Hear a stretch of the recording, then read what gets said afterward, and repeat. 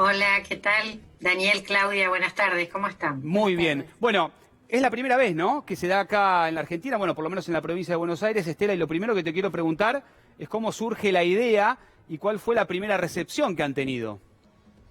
Sí, la verdad que nosotras un poco aceleró este debate el contexto de la pandemia. Claro. Nos planteamos cuando llegamos como ministerio que debíamos abordar el tema de la violencia de género de manera integral, que era necesario abordar todos los aspectos de la violencia, la prevención, la asistencia, la atención, las sanciones, el cambio cultural.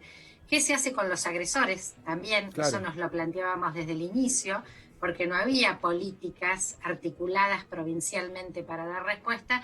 Bueno, y el contexto de pandemia nos planteó la necesidad de reforzar todo lo que tiene que ver con la atención remota, y esto se ha hecho en nuestra línea provincial, la 144, incorporándole WhatsApp. Lo han hecho muchos municipios poniendo también WhatsApp propios y reforzando sus líneas, pero a partir de hablar con los equipos que asisten, con el propio Poder Judicial, con las necesidades de derivación frente a los varones que ejercen la violencia, vimos la posibilidad de llevar a cabo una línea telefónica. Estuvimos trabajando bastante tiempo, mirando las características. No es lo mismo que una línea que atiende a las mujeres, claramente. Pero bueno, nos decidimos, trabajamos en un acuerdo con el Colegio de Psicólogos del Distrito de la Región Capital, aquí de La Plata, y la pusimos en funcionamiento en el mes de agosto, y la verdad que la respuesta ha cumplido e incluso superado la expectativa en relación a la importancia de tener un dispositivo de estas características. Ujú. Digamos, tenés una estadística, un porcentaje de, porque yo decía en la introducción, digamos, hay algunos llamados o algunos contactos que ustedes tienen que tener con estos hombres violentos por obligación, digamos, que ellos tienen que sí o sí charlar con ustedes. Y hay algunos que lo hacen de manera voluntaria, lo cual imagino que será un porcentaje más bajo. ¿Tenés una estadística de cómo vienen esos Sí, números? mira, casi el 70, un poco más del 60% de las llamadas las hacen organismos que Ajá. quieren derivar, que quieren saber a dónde derivar, que quieren consultar con el equipo cómo se trabaja con la situación de estos varones que ejercen violencia, cuando hay medidas de protección, ese tipo de cuestiones.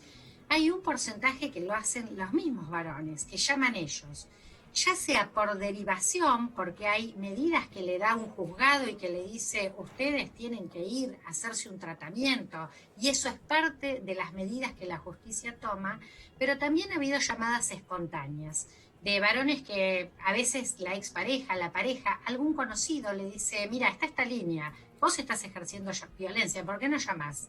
Esto te pasa a vos. Y eso es muy interesante porque ya quien llama está haciendo como algún poco de corrimiento Claro. de ese lugar de la violencia. Y lo otro interesante es un tercer sector que hizo llamadas, que son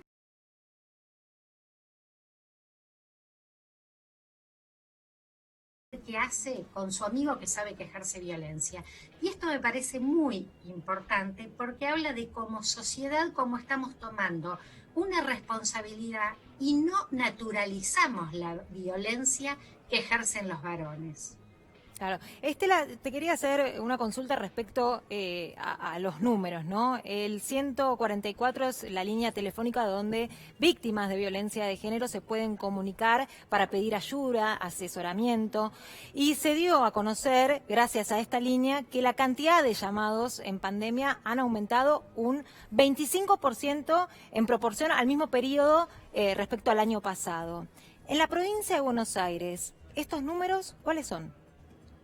Mira, en la provincia de Buenos Aires creemos que está por encima de esa cifra, porque además, como te decía, no solo tenemos la línea 144, al 144 entran derivaciones de otra línea que había anterior, pero además muchos municipios de la provincia de Buenos Aires tienen líneas telefónicas también, Claro. y en el diálogo que tenemos de manera permanente con las áreas de género de los municipios nos dan cuenta del crecimiento sostenido de la demanda.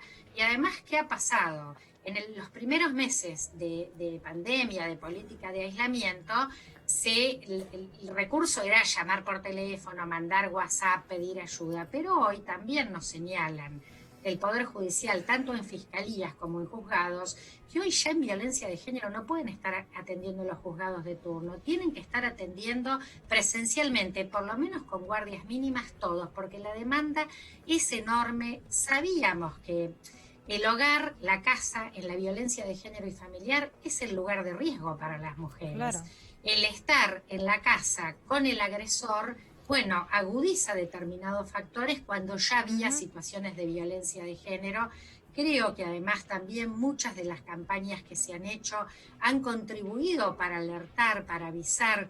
Nosotras hemos notado no solo que crecieron las llamadas, sino que también en torno a lo que ocurría cuando llegamos a estar al frente de esta política en la provincia de Buenos Aires, que apenas un 20 y pico % eran llamadas específicamente de violencia.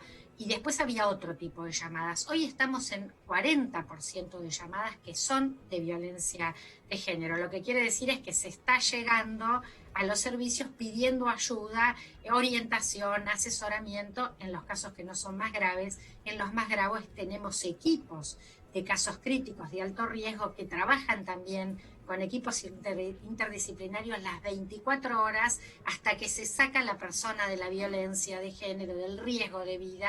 Y estos te diría que además del 20 de marzo, que fueron las medidas de ASPO, a fin del mes pasado, superaban los 1.100 casos de estas características.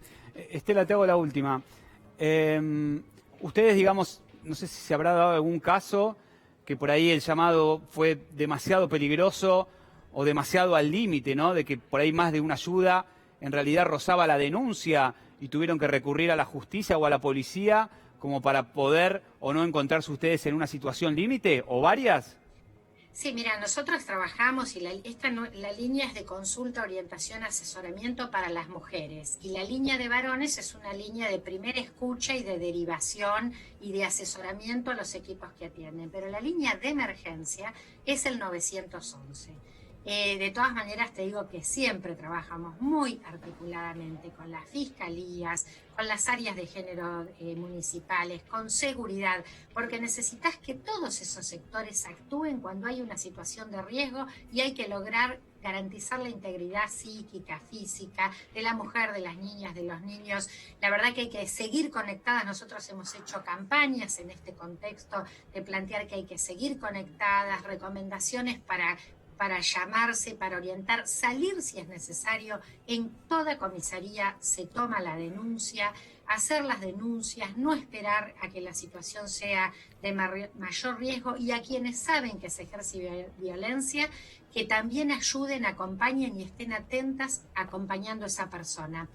Contarles una cosa más, porque hablábamos de la línea de varones. Hoy lanzaban, ayer, la Municipalidad de Moreno, un spot muy interesante que decía: el silencio es complicidad. Y era muy interesante porque mostraba una escena de comida de amigos y amigas, y a donde mostraba dos situaciones, ¿no? Donde la pareja ejercía violencia evidentemente delante del resto y el resto no decía nada. Y una segunda situación donde se rehacía la escena y reaccionaban y le decían: flaco, pará, esto no se hace. Me parece que esa es la idea, ¿no? Hacer visible, desnaturalizar, involucrarnos todas y todos para la erradicación de la violencia en las relaciones de género. Totalmente. Gracias, Estela, por la charla. Un placer.